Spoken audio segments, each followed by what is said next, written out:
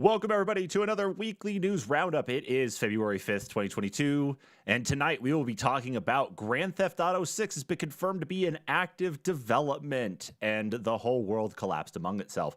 We will also be talking about how size does matter, apparently, at least with the Steam Deck, as we take a look at some pictures from someone who has already received their Steam Deck and compared it to some consoles, and, of course, the picture next to me, a banana for scale.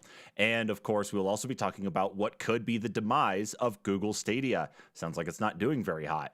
Anyway, we'll talk about all of that and more, of course, in today's NPCs Weekly News Roundup. But of course, we're going to roll our intro and get things started. Hello, everybody, and welcome to another NPCs Weekly News Roundup for the week of November 20th, 2020.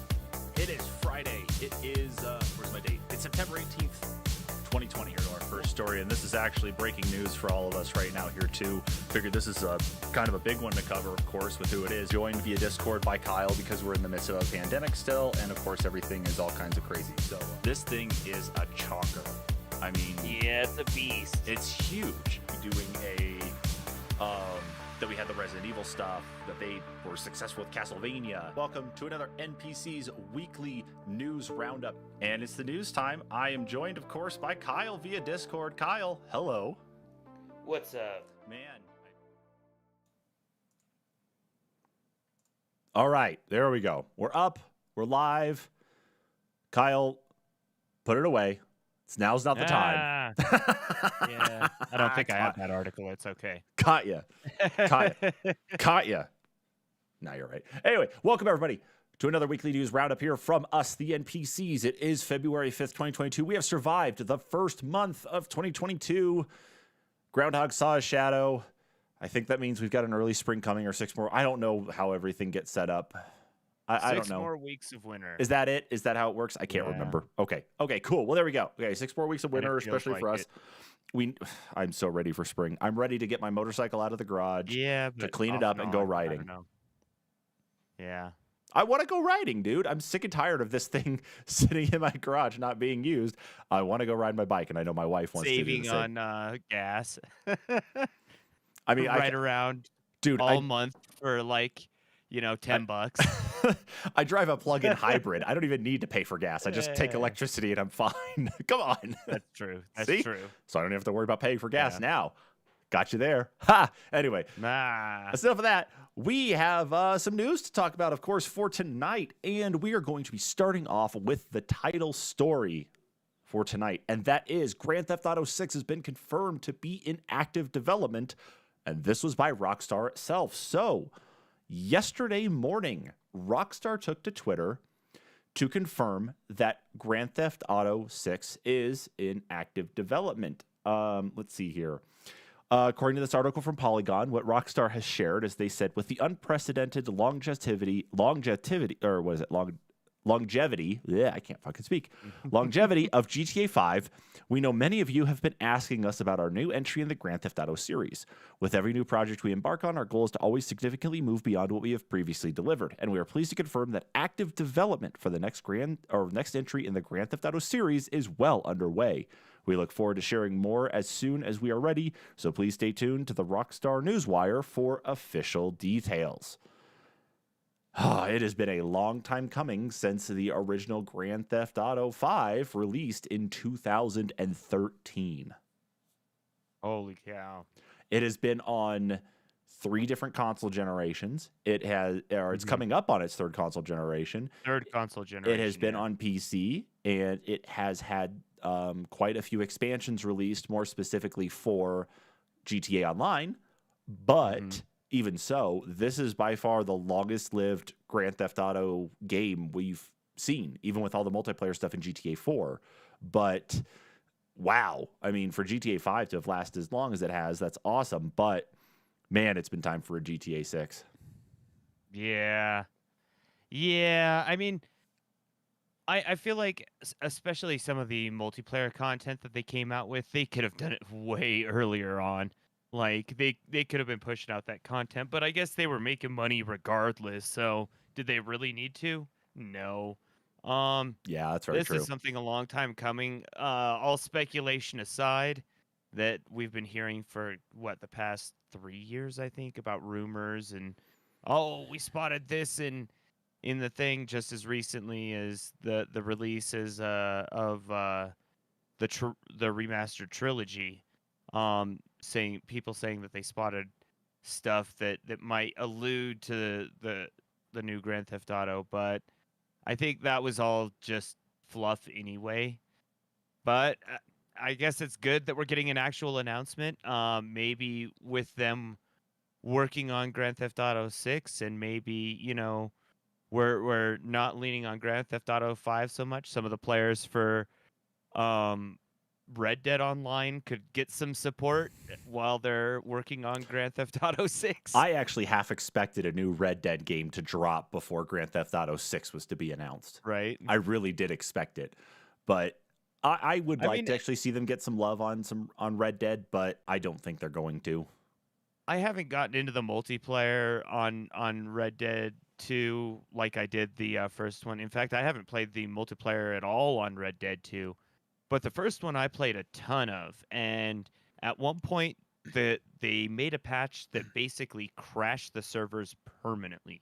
It was like impossible to Great. connect for a continuous amount of time. So, that being said, I mean, I would like to experience that again. I'm kind of shocked at myself that I haven't, but time constraints and such. True. But who knows if they release some good content, maybe do some different modes or something. I'd be apt to try it. Well, now this is where things are getting to be more and more like curious about, of course, is now that the announcement is out there, and of course they spent all of this time in Los Santos for GTA Hmm. 5. Like there's a lot of predictions going around, like, are they going to give us a new city? Are they going to be revisiting a new classic area again, just revamped for the time? What are they going to be doing? So now that 6 has been announced as being in development, what do you think they're going to do for the actual, like, the city or the area? Do you think they're going to revisit something, or do you think they're going to go brand new? Oh man, that's hard to say.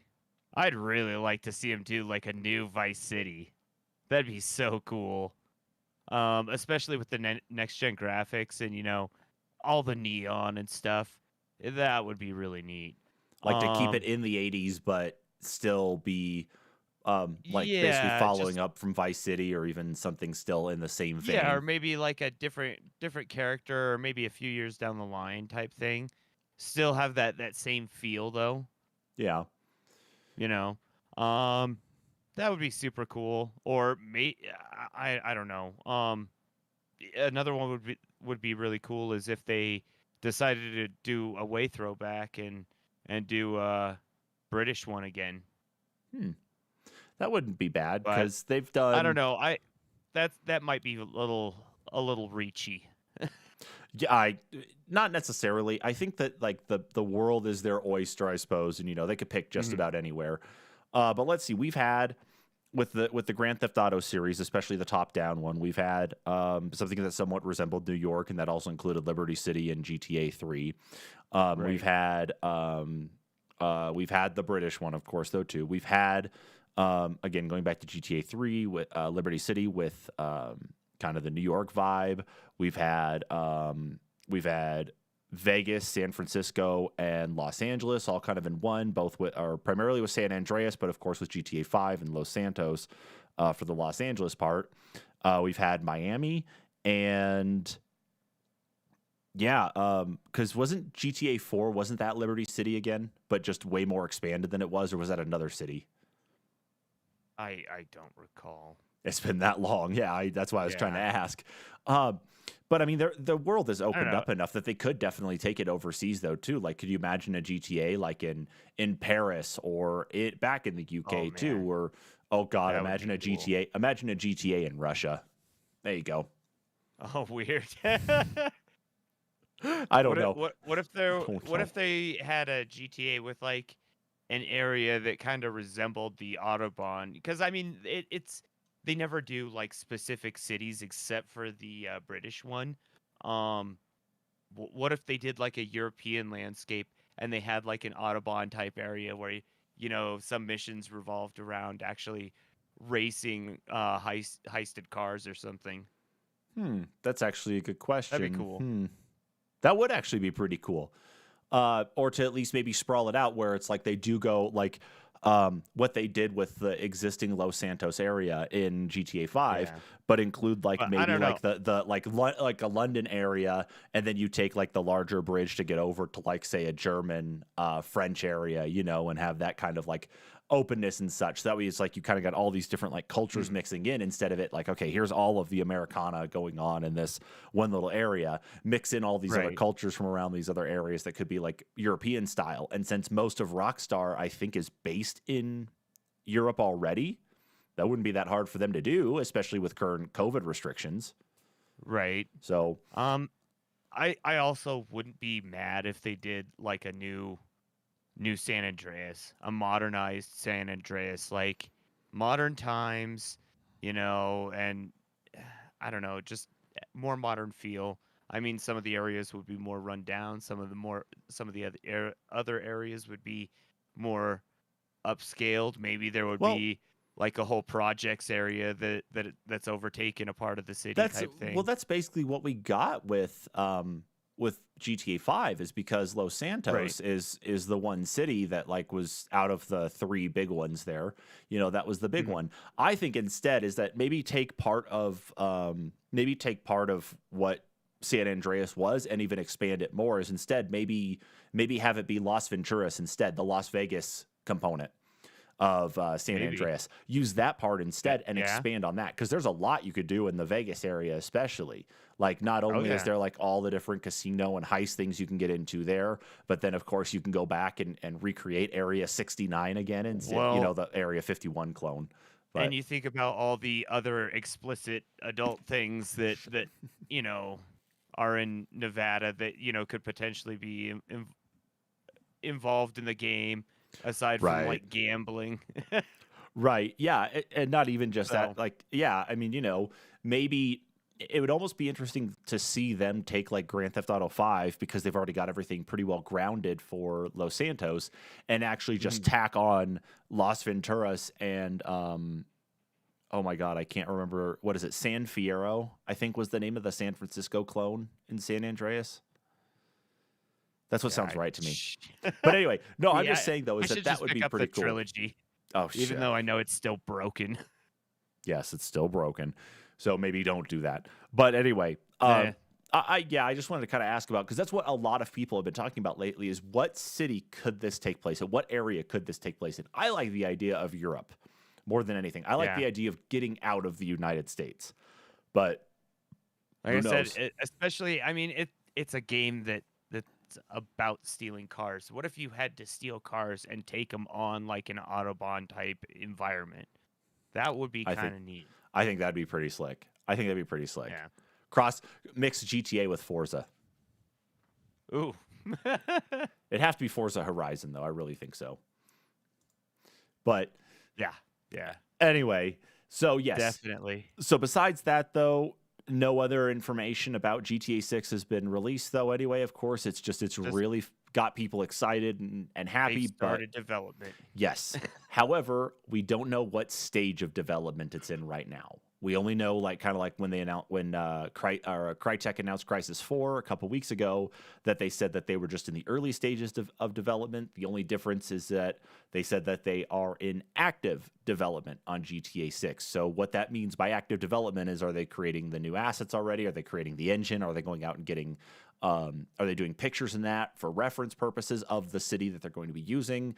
Don't know exactly where that sits, but by active development, it means that they have probably quite a few people already working on this, but that doesn't mean we're going to be probably seeing anything until maybe E3 or at least around that time for game announcements, like maybe next year, I would say at the earliest. Hmm. Maybe. I don't know. That's just my thought. Yeah. I don't know. Yeah. It's hard to say with Rockstar that they're gonna do it when they feel like, um, and that's kind of I feel like what the announcement was is it could have been that 2 weeks ago someone was just like, hey, you guys want to actually start doing GTA 6 at a board meeting, and they were like, yeah, let's go ahead and get the teams together, and that was the actual day they got the teams together. Maybe it was the day they started the engine. Maybe it was the day they finished the engine. With Rockstar and Take-Two, no one knows. It's all built on whatever Zynga's engines are. So GTA 6 is going to look like Candy Crush. Or no, that's King. It's going to look like Farmville. Yeah, There you go. it's gonna be Farmville. GTA You're gonna steal Farmville. tractors. Oh my god. Yeah. Yeah, and your It's wanted gonna be level goes farming up. simulator. Oh, Yeah, farming simulator, Grand Theft Auto clone. Like I don't know, cross together. It'll be you'll nuts. actually have missions to Mayhem. go harvesting and that stuff too. Do a drive-by while Cow harvesting. tipping.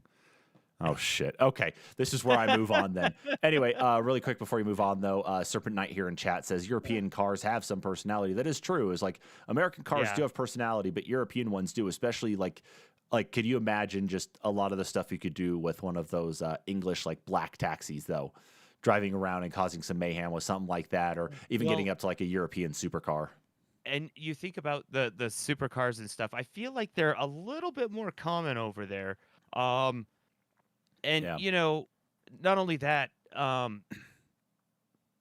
in Grand Theft Auto games, previous Grand Theft Auto games, there's like one European sports car, and it's really hard to get.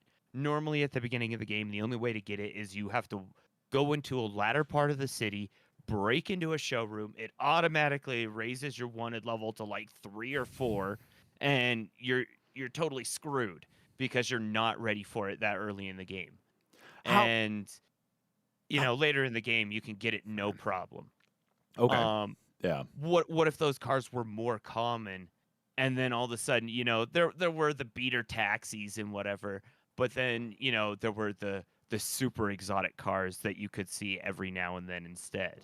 Mhm. Like, you know, you take it one step further. All of a sudden you have some mock-up of a, you know, Pagani Zonda, or, you know, something, you know, just completely off the wall bonkers, you know, some Koenigsegg, you know, that you would only see in Europe. That's actually a very fair assessment. You know, that could probably be more of what we'd see anyway. Yeah. I think what would be even neater though instead is like, especially like for a lot of like older World War II stuff though, is you go into like heavy artillery type things to actually see like some old like World War II tank or something driving around instead of some of the newer things. You know, some like really like classic like stuff. A Panzer out of a museum or something for a mission. I'm hearing a mission already being developed. Rockstar, I hope you're listening if you're going to be going Europe. But I get you there. So let's move on though to this next one, and I'm so ready to roll my eyes at this because this run is really frustrating. In So my mouth. Ubisoft gives their devs NFTs. So this story from Video Games Chronicle here goes on to say, and they're talking to they were looking at an article from Kotaku. I'll bring that one up here too. Apparently, oh God. They started giving out, this is the Kotaku part here, is they say the company recently held another workshop aimed specifically at addressing the concerns of skeptical employees, yet also started giving out special NFTs to some members of the Ghost Recon team to celebrate the series' 20th anniversary. One developer likened it to the staff saying, "We hate this crypto stuff," and Ubisoft responding with, "Okay, come get some." So it sounds like whatever's happened here is that obviously, so if for the people who are watching right now, if you've not gone and actually listened to our rant on NFTs last week when the VP of this VP from Ubisoft had said that players just don't get it. No, it's we get it. We just don't want to take part in it. The fact, though, that it's like they're still pushing NFTs by making some of their team at least own some NFTs. It doesn't make any sense. Like, and that's even one of those things that just come up at like that come up towards that come up, I guess, in some of this information that Kotaku's gotten talking about like some of these things. It just doesn't make sense to me. Thanks for all your hard work. Here's some crap that you'll hate, and people will hate you for using in game. Like, people will just hate you as a person because you have it in game. That's all that is. Yeah. People are gonna see it and go, "Oh, that's cool. Oh, it's an NFT. You're a piece of crap." It does. I'm trying to read the rest of the article here because I was looking at some other stuff though too. It's like I just don't know. I just don't know what to say about this. It's like, what is it? What are you going to actually fulfill, like by pushing crypto or pushing NFTs onto your employees if the general consensus out in the player base is that they don't care? What exactly are you trying to do here? Like, I understand company pride. I understand trying to like sell the product, sell the vision of what the company wants to do. But if the outside is screaming, we don't want this, and the inside is screaming, we don't want this either, and you're giving the NFTs to your employees, you're not obviously listening. You're not obviously like Yeah. fixing the problem. You are making it so that way it's just you're causing more frustration and more problems. And one of the things talked about in the Kotaku article here that I saw here is apparently with this internal Q&A that they had with the Quartz team, and Quartz, of course, being the name of Ubisoft's NFT marketplace, or at least their platform for crypto. It says that instead it bolstered some developers' concerns about security vulnerabilities in the Quartz technology and its lack of interesting design possibilities. Puard, he's the VP who had said that people didn't get it.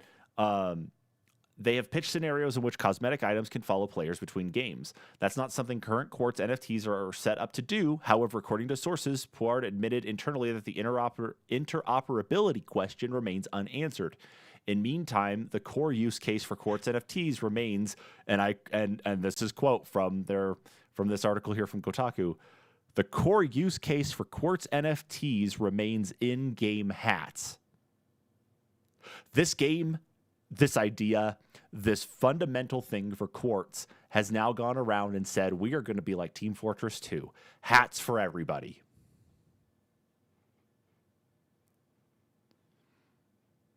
What are they trying to solve? What are they trying to prove by including NFTs in the platform if they haven't even figured out the interoperability? Like they say that these things can follow you between games. You don't have another Ghost Recon game on the lineup right now. You don't have another game.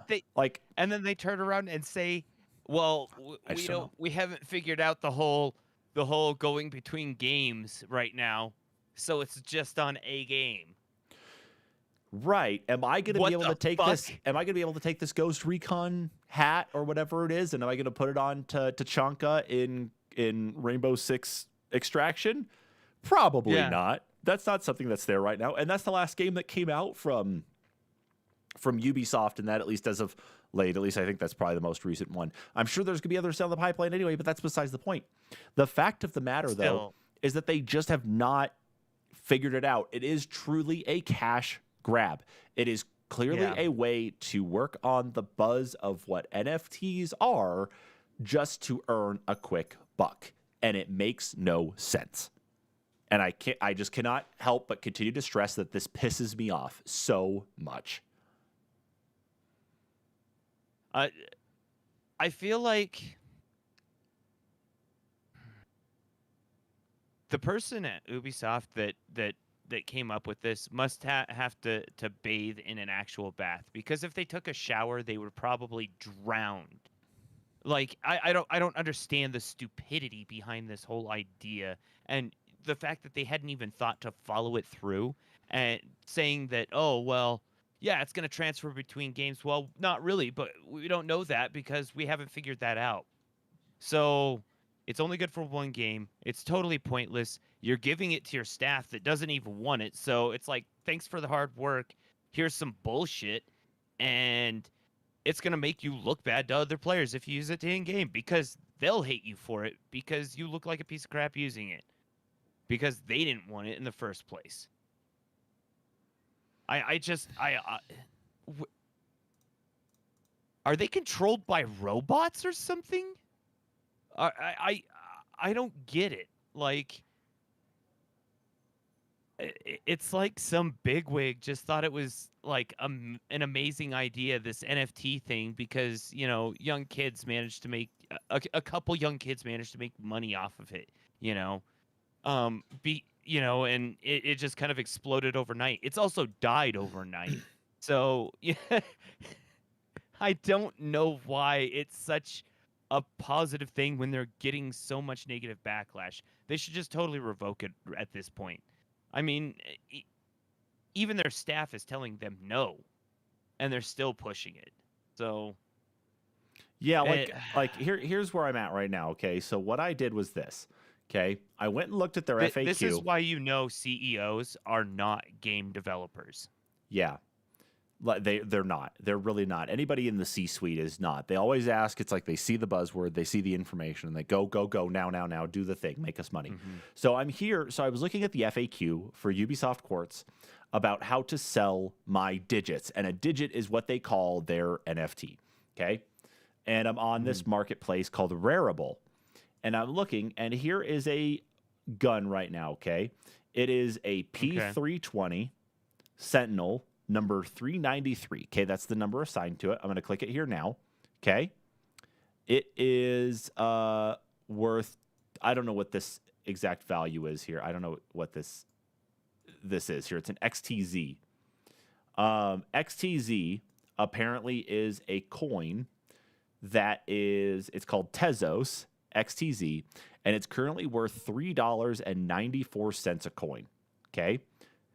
And this is currently worth 12.5 XTZ. So if I just bring up What the hell? calculator, so 12.5 times, and what did I say here? Let's see if it's already changed. 394, okay, times 394. That NFT right there is selling for $49.25. Yeah, it's on the Tezos blockchain is what it is.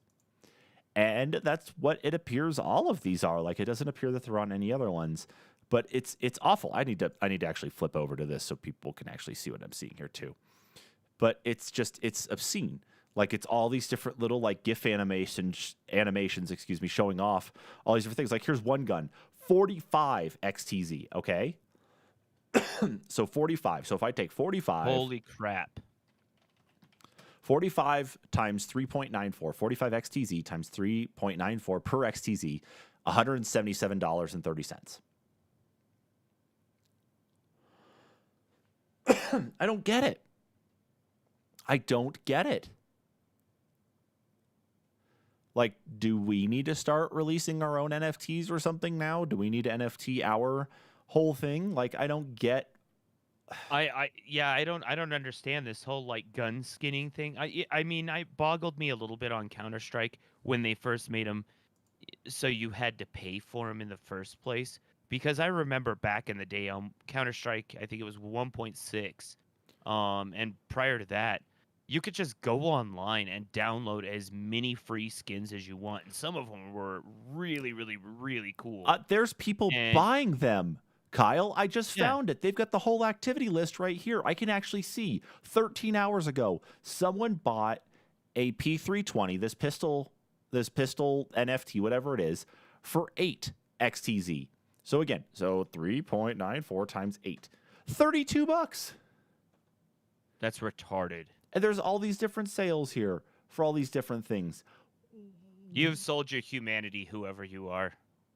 Oh my God, I'm so fucking annoyed with these. That's how I feel. It's just like, if you're participating in this, you're as much part of the problem as the people that think we don't understand it. I hurt. My head hurts so much now just because of this. I don't know. It's still the fact, though, is that, okay, people are buying them. Great. Good job. Good for you. Okay. You are doing what you think is right. Okay. Crypto and NFT, just like, I own a little bit of crypto. Okay. Got to say that still. But I only own enough just to screw around with. I don't have a lot of money in it. I don't get NFTs. It is owning a piece of artwork. That's truly it. And for what I own in my Steam, like my Steam library, marketplace wise, what I have is like skins for CSGO and that, those are my NFTs, I guess, if you want to call them such. They're the same with you, Kyle. The same with everybody else. I just, for all these things here, it's just such a cash grab. I'm exhausted. I hate the NFT thing. I really do.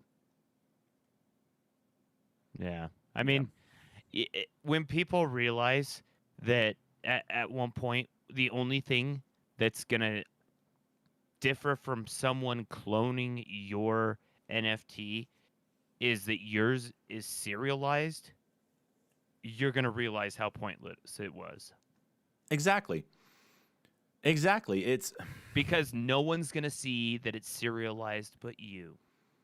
And honestly, no one's going to care.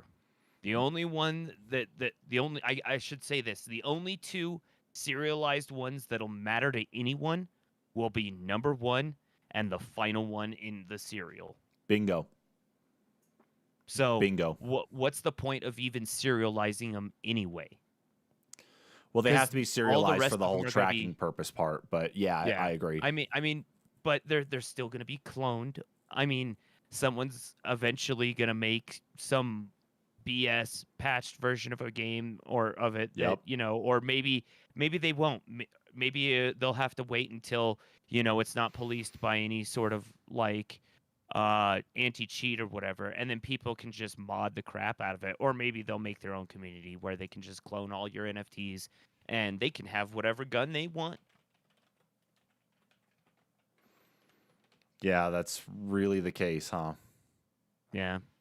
That's that's kind of my feeling anyway. I have such negative feelings about this. And not only that, it's something, do you in a society where we have problems where children are stealing their parents' credit cards to buy V-Bucks, do we really need these expensive serialized um, guns, hats, pants, um, bracelets for your character or whatever that your kids can spend even more on just because they have a number and it means something and it might have value later on, but Yeah. they don't understand it. It's very short term for them. Yeah. So what are they going to do with it after? I don't know. It's a dangerous game to play. They're going to print it out and frame it and then say, that's my NFT right there. It's like, cool, you printed off a picture and put it up on the wall. Good for you. I don't know. I got to get off the NFT stuff now, Kyle. That's just, it's so annoying, but we have to talk about it though still anyway, as it continues to evolve, at least hopefully into something tangible here sometime soon. Yeah. Anyway. Sorry. Yeah. No, it's fine. I went off on a tangent on that one. I just, ugh. That's all good because now we get to talk about this one, and I think a lot of people probably saw this coming. Stadia might be going away. This report comes out, of course, this is another Kotaku article, which is referencing some other information from both The Verge and Business Insider. It says that the service has apparently been demoted within Google, and Stadia's boss, Phil Harrison, is now reporting to Google's vice president of subscription services instead of to Google's hardware boss, Rick Osterloh. According to the report, this is characterized by insiders as a demotion for the entire Stadia service following disappointing sales and performing far below Google's expectations. So it sounds like how are you supposed to perform when there's nothing there? They're taking everything away from them. They have no studios. I mean, what are you supposed to do? That's the interesting part, is that it looks like they actually are still keeping it, but they're changing it. They're reforming the technology. So what they're doing is they are apparently they are going to be rebranding it to something called Google Stream, and it will be rebranded to Google Stream because someone has actually seen a game, and again, this is in the Kotaku article. It says that folks have already seen some of these deals with a recent game found on Peloton bikes actually powered by Google Stream, reportedly the new name for Google Stadia's technology. So what they're doing is potentially taking the existing hardware that they have for being able to stream the content and are converting the content over from like a normal gameplay type environment to I mean, at least on Peloton's side, at least, for exercise type games where you're biking around, whatever in a game apparently. So at least they still need people on there to manage the software deployment, to manage the actual hardware part of it itself. But at the end of it, it looks like that's all that there's going to be. And 3 apparently, words. apparently Stadia actually, the Stadia Twitter actually put out something on there saying that if you hear one thing, hear this. The Stadia team is working really hard on a great future for Stadia and cloud gaming. We hope you agree, and we know the proof is in the playing. Let me see what else they actually said here about it, though. Let's see. 3 words, man. Tron light cycles. No kidding. We're particularly proud to be offering 50 games to Pro members in February with more than 100 titles to join Stadia in 2022 and plenty of free play days for everyone to enjoy. There's also more feature goodness coming to Stadia too, stuff we can't talk about just yet, but we promise to share when we can. Have a great weekend. I can't believe they gave their player base this name, Stadians. Stadians, huh? Yeah, I guess that's what they've decided to call it. Interesting. So the fact, though, that at least Stadia has tried to put something out there, hey, that's kind of great. Hey, cool. It's like, obviously you've got to speak up to defend yourself. But I'm just like, I honestly think I don't know where Stadia fits in anything anymore. It just has not had the actual pull, the actual grab or anything that some of these other cloud services have. And I think that the push that Xbox made with game streaming, whatever we could be seeing coming up from PlayStation Studio, these actual core game companies, where we're going to be seeing it to the point where people are just not going to want to play on Stadia anymore because it's cheaper and the library is more expansive and the access to multiplayer is definitely way out there on these other platforms compared to Stadia. I think you're right, and it's actually unfortunate because the Stadia technology for streaming far surpasses any of the other streaming technologies out there. Honestly, having personally had a Stadia for a little while, I mean, I still have the controller down below me in my little desk thing, but it was actually a far smoother experience, even on a wired connection on PC or wired on Xbox, trying to stream, than than the Xbox service. So I don't know. They really had it figured out as far as getting the games out there. I can't necessarily speak for Nintendo, but especially for my internet service, I don't necessarily get the best all the time. And I don't think we necessarily pay for the top that they offer because the wiring in my house sucks anyway, and I wouldn't get the full use of it. So that is a problem, though, and that's a problem for a lot of people. Is that but the internet Stadia might be worked there, but really well. yeah, Stadia worked really well on that connection. So that has something to say about it. Yeah, but even so, is that gaming is not Google's focus anyway. It's never been their focus. It's just another market they were trying to get into. And of course, it looked like it was promising because of their partnership, especially with AMD, for what they were going to be using to power the server hardware necessary to actually stream this content. But the fact, though, it's like it was the cost to get into it, the cost for the games, the lack of crossplay between some of these different ones, especially their quote unquote killer title when they started, Destiny 2. You couldn't play Destiny 2 with other people on other systems. You had to play with people who were on Stadia until at least they finally opened that up, which I think was several months after the fact. But even so, they still never hit their niche about what was going on. I think the only promising thing that they had is that Cyberpunk 2077, it was the only game that or Stadia was the only system that game worked right out of the box of. No problems or issues whatsoever. Everybody else had problems. Exactly. And you could stream it flawlessly too. So I mean, there was something there. What we're hearing is that to play Cyberpunk 2077, we all need servers in our house. Got it. Okay. I'll remember that for next time. Yep. So just get a big old Epic chip. But we saw this coming, though. We talked about cloud gaming platforms a month or two ago on one of the NPCs discuss. And I'm pretty sure we did talk about Stadia. And I think we had the same sentiment then, is that this is not a surprise that Stadia would be going away, that Stadia would not survive the cloud gaming wars. I mean, we haven't heard a lot about Luna. I have not tried Amazon Luna before. And that's, of course, Amazon's part of it. But it sounds like they're still pressing ahead with some things. And it sounds like things are cool there. So, I mean, you already own the Stadia hardware anyway, don't you?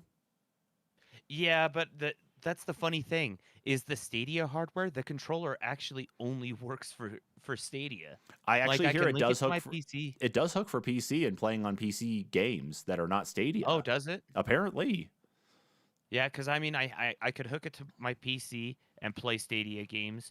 I could hook it to my Google Chromecast that it came with because it was a YouTube deal like Yeah. not this last Christmas, but the Christmas before, I want to say around November, they had a thing that if you dug around in a page, you could get a free um basically Stadia with a Chromecast Ultra kit for free with a trial membership. And it was like a 90-day membership. So I was like, okay, whatever. You're gonna give me a free um, thing, and it was because I paid for YouTube. But yeah, no, it only worked for those two things. Oh, and on my cell phone for Stadia. Mm-hmm. So I mean, after that, after my the like I think 5 or 6 times I used it to try it out on each of the devices, and then once or twice more to actually play games. I put it in the box, and the only thing I use is the Chromecast. I Yeah. just canceled the service because that's all I wanted was the Chromecast anyway.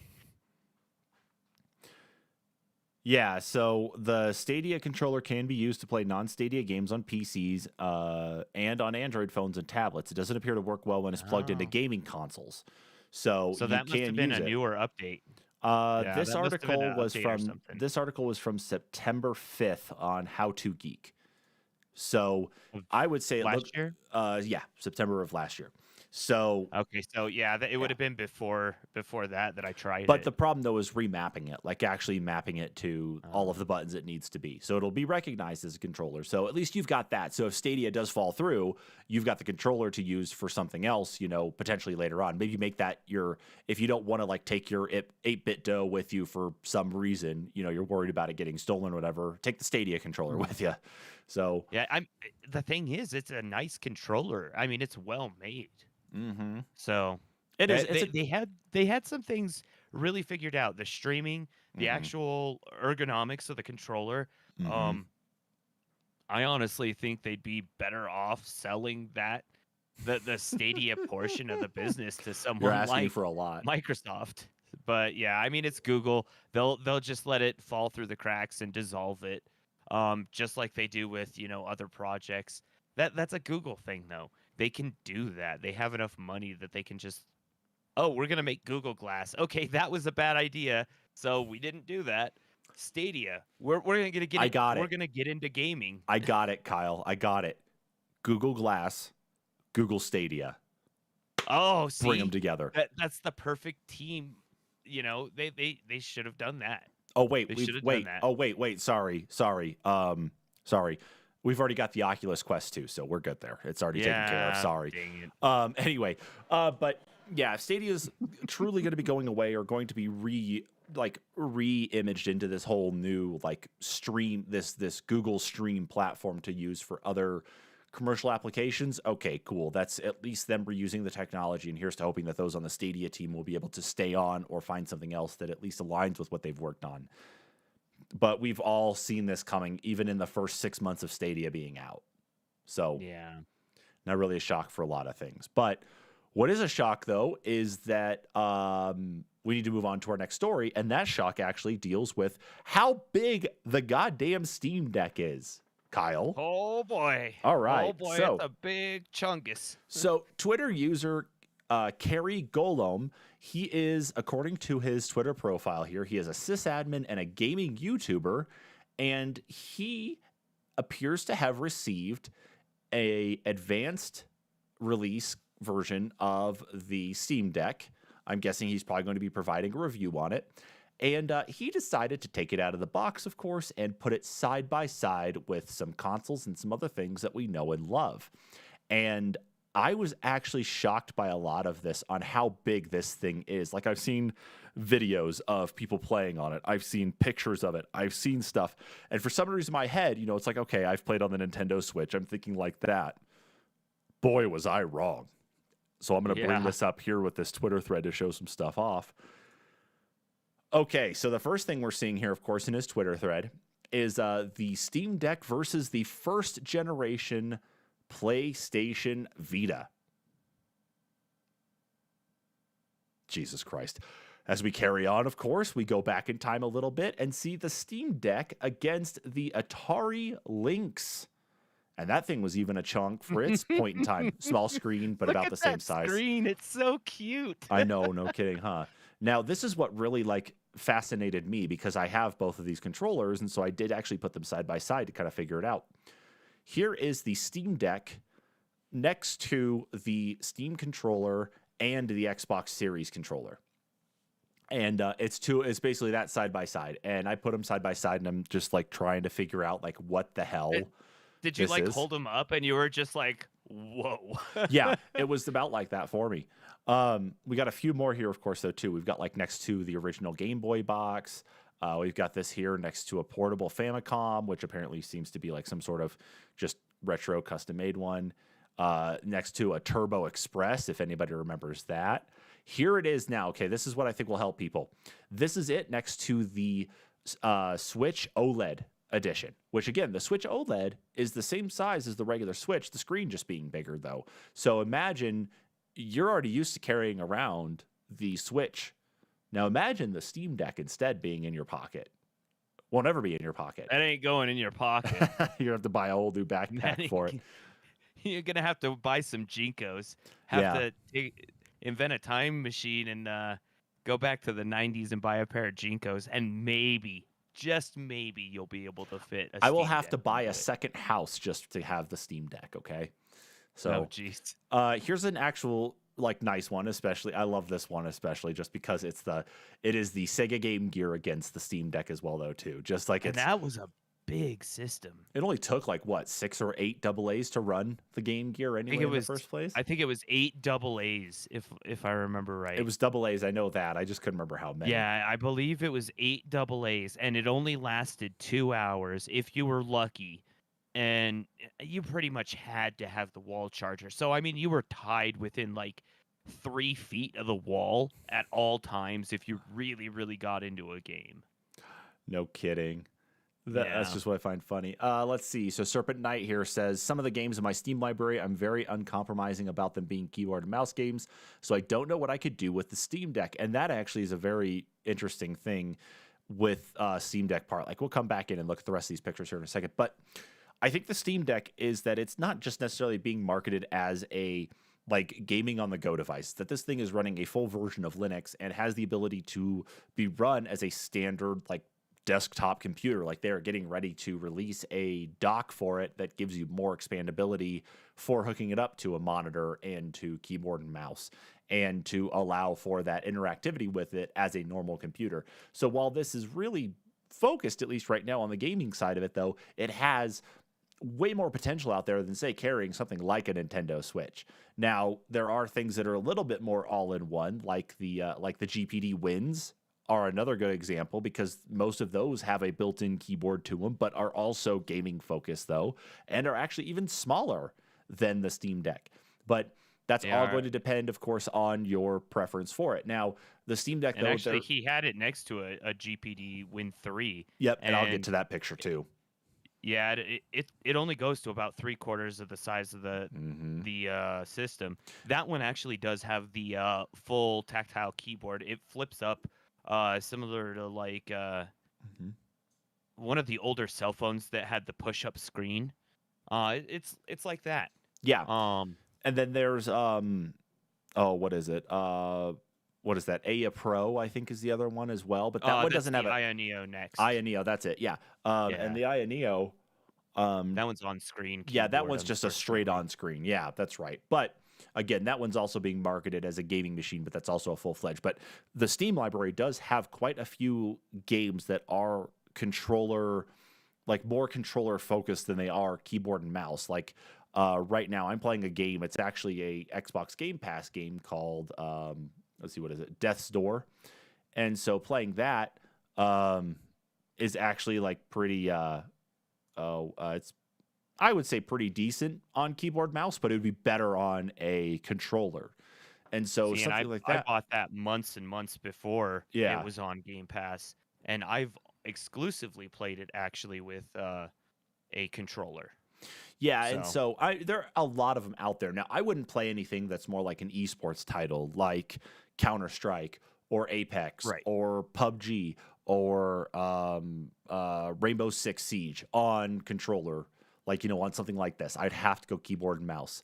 But there are some of those games that are single player, like actually a lot of games that are single player that just play better on a controller than they do keyboard and mouse. So that's where a lot of this comes in, is to be able to take that with you. And then especially with that dynamic cloud sync functionality that's coming out as a part of it, take the games with you on there, play them, and then immediately sync them to the cloud and pick them back up right on your PC. So Yeah. that's another big part of it. So good question on that for sure. Going through the Yeah. rest of the pictures, of course. What's up, Kyle?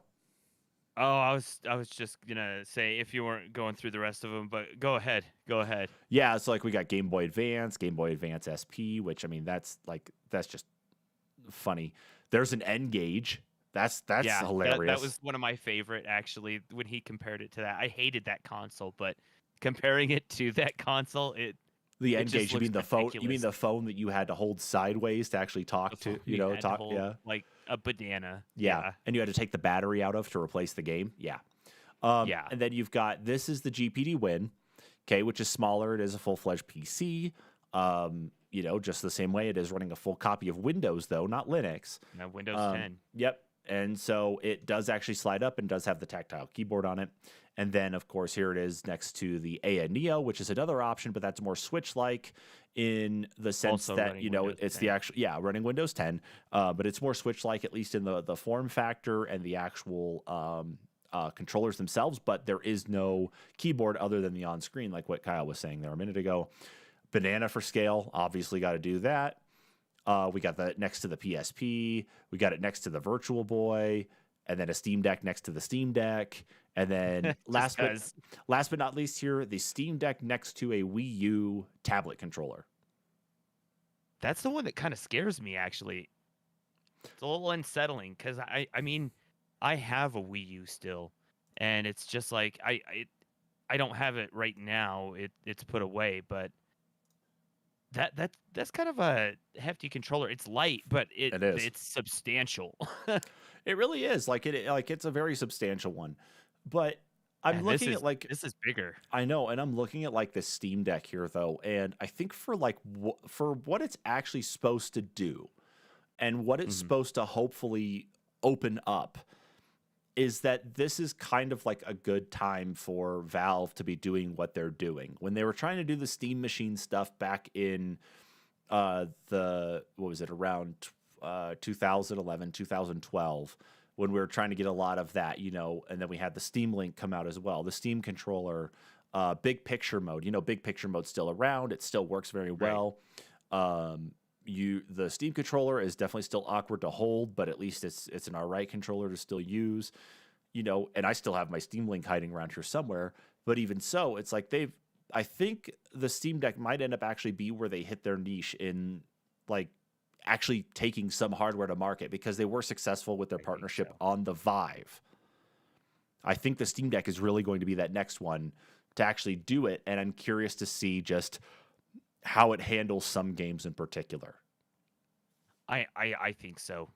Especially we talked about some of the games that have already been listed and have been verified for the Steam Deck, and some of the ones that I was baffled at, like Persona 4 Golden not being verified. In fact, it being unverified, um, and not working on the Steam Deck. But that could potentially get patched out. I mean, there's a lot of potential there, that, especially with the people that are on the go and like their PC games, the people that want to play their Cyberpunk, and they only get maybe 2 nights a week at the house, and then they're out of the house for 2 weeks. But all of a sudden, they don't have to take their expensive laptop with them to go, you know, wherever, or their, God forbid, $8,000 computer or whatever. All of a sudden, they can take their Steam Deck, they can, bring it to a hotel, they can potentially hook up to a TV, use it to, play games on the TV, take it with them in a car ride, and then when they get home, they still have all their save data. That, I think, is going to be, at the end of the day, the biggest thing that they can do. Mm-hmm. So here's an interesting one, though, for you, Kyle. And this one came out as well, though, too, from none other than your favorite person on Twitter, Wario64. Both God of War for Steam and Horizon Zero Dawn fully passed compatibility checks for the Steam Deck. Oh, man. Which means that you can, which means that you can take Horizon Zero Dawn and God of War on the go on the Steam Deck without any reservations or hesitations. It looks like it will work right out of the box. I might have to buy Horizon again. I bought Horizon on release, and I bought the season pass even. And man, I'll still probably buy it. It was a good game. And I've got God of War. It plays fantastic, and I've been playing it with a controller, so now all of a sudden I can take it everywhere. Makes me happy. Isn't it great, though? Isn't it just awesome that it's like, especially for a couple Sony titles that, it's like, oh, I don't own a PlayStation 5, but I could buy them on Steam. It's like, I can take them with me now. It's like that, I think, is probably going to be a big thing. That makes me think the Uncharted collection's probably going to be Steam Deck verified. And that comes out in what, March? I want to say. I don't know, actually. I'm pretty sure it does, but I'll double check. I'm trying to look here on SteamDB to see what else there could be in regards to actual like other deck verified things, but I guess I'll have to dig around on that for myself later. Okay, it just says planned release date 2022, but I feel like for some reason I had heard March on that one. I could be wrong though, but at any rate, all of a sudden all the Uncharted games are available to play, minus obviously Golden Abyss, but I have my Vita for that. That's also portable. On my Steam Deck. Holy cow. I've got access to all these PlayStation games all of a sudden. Isn't it awesome? It's amazing. All it took for you to be able to play... The only one that they're killing me on is Persona 4 Golden. All it took for you to be able to have potentially a next-generation Vita or whatever a PlayStation handheld could be was for somebody else to release it, and for Sony to finally give in to to PC games for PlayStation, It's just funny. It's just great that that's what it took for you to actually be able to get your next-generation PlayStation Portable. Because I love my Sony handhelds. I really do. I know you do. And that's just why it's funny that it took this long just to be able to get that way. But I'm excited for you to get your Steam Deck still. I'm excited for us to be able to actually unbox it and try some things out on it. And we're going to film a video on that one for sure. Yes, we will. But anyway, we got one more story here for tonight, of course. And no, it is not about Sony and Bungie, because I covered that in the Quick Play on Tuesday. So if you want to hear about, or not Quick Play, Click Save on Tuesday. So if you want to go see that, go look at the Quick Save video that we have from Tuesday. The last story is going to be about the Switch. Nintendo has confirmed that the Switch is now their best-selling home console. According to Video Games Chronicle, the Switch has now sold, as of December 31st, 2021, 103.54 million units have been sold of the Switch. So, so the Wii was the original top-selling console. That originally had sold, at the end of its production run, 101.63 million.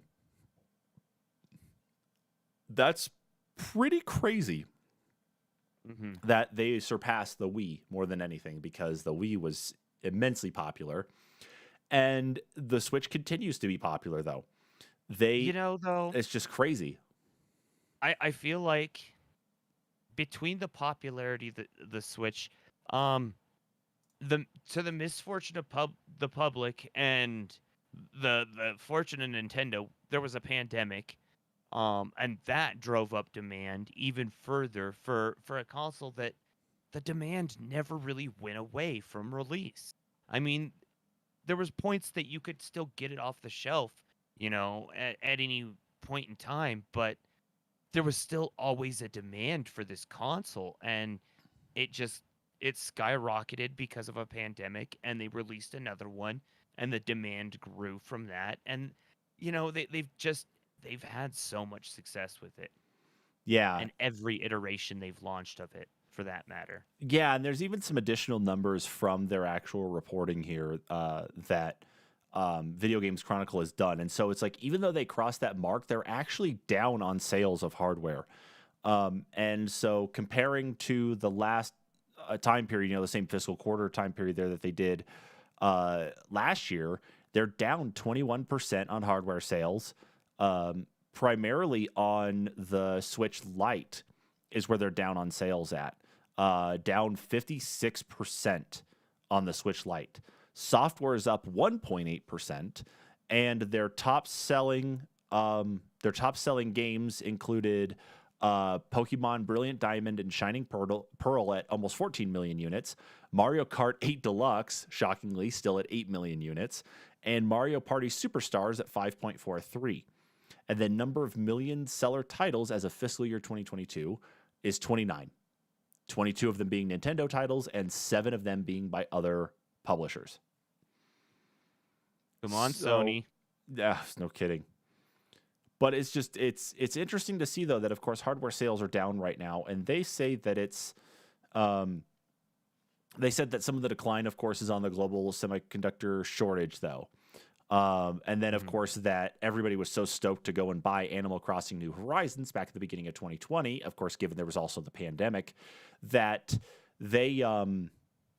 that just seemed to be the case, is that it's like everybody rushed in for this, and they've had some really good titles, though, that have come out since then, but they just haven't had the killer app that Animal Crossing has been. And, here we are with some other updates that have come out for New Horizons. I don't think there's much more that's actually on the roadmap for New Horizons, but that was really what made all those bigger pushes for people to go and buy the Switch. And even like they made notes in here that said that they only sold around 4 million OLED Switch models. So Yeah, but yeah, once again, that's because of the high demand and the low amount of chips that were available for that particular console. true. No, that's going to So, be true. That's very true. So but all being said, I feel like the Switch this was going to happen with the Switch anyway. It just they had some beneficial factors for Nintendo that expedited it. true. And I think just what's still funny though is that like on old titles that are still selling so well, it's Mario Kart Deluxe 8, Animal Crossing, I think, is kind of a given. Super Mario 3D World with Bowser's Fury, Super Smash Bros. Ultimate, which is now officially no longer receiving any new fighters, and Zelda Breath of the Wild. I mean, there's a lot of people who haven't played Switch games and want to try out and check out all these new things. So it's not a surprise to see those, but it still is just funny to hear and just think about it. It's like, wow, Breath of the Wild came out in 2017, and it's like people are still like pumping out money to buy that thing. It's just funny. We're playing the Mario Kart from Wii U. That's true too. That's also very true. I mean, it's the deluxe version or whatever you want to say. I know, but it's literally Mario Kart from Wii U. It plays better than the Wii U version because I have both versions. But I also feel like the numbers for Mario Kart are partially inflated because I feel like they also include copies that are packaged with consoles, and that accounts for holiday sales of consoles. Okay. So I could be wrong, but I mean, how else do you get 7.7 million copies of Mario Kart when there's no real consoles to sell? I could see Pokemon and stuff being is that it was a new release, and some of the other games Yeah, 3.1 million isn't too far fetched. 3.3 million not too far fetched. 3.7 million. Those numbers don't seem too far fetched because there are still consoles getting out there and people that haven't played them just yet. So, but 7.7 on Mario Kart has to be partially console bundle sales. It has to be. I would almost consider that to be the case, especially because they don't want people to be scalping the Switch either. So it's like you need to bundle that stuff Right. in to be able to, kind of help at least beat some of that problem. But anyway, yeah, you're right. Is that there is a lot of those older titles in there that are still being sold because of the bundles. But I think it's also just because that it's like Nintendo just makes some great multiplayer games, and I think that Smash Brothers and even Mario Kart in there are always going to be ones that people will want to play together. So not necessarily the worst thing. People need to go show some Metroid some love. That's for sure. They do. 2.3 million, not enough. Not enough. Oh God, yeah. Go out there and start shilling for them. Just go and start doing it. Yeah, I'll go buy 5 copies myself.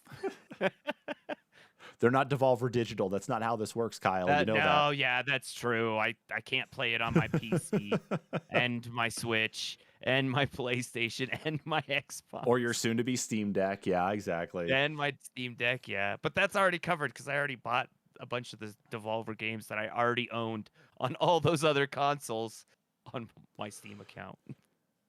And as Kyle now begins to scrape the ground for pennies and begin to prostitute himself to be able to pay his bills, we have reached the conclusion.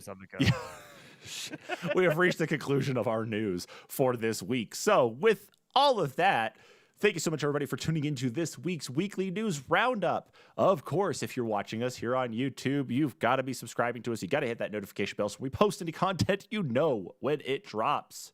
Seriously, hit that notification bell. It does help us out a lot.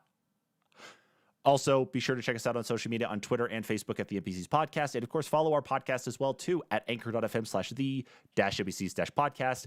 We're available on a ton of different platforms: Spotify, Apple Podcasts, Google Podcasts, TuneIn, iHeartRadio, Slacker, you name it. We are probably on it. So go and subscribe to our podcast and give it a listen. This last episode of NPCs Discuss, we talked about video game company acquisitions, especially in light of what happened with Activision Blizzard and Take-Two and Zynga the week prior.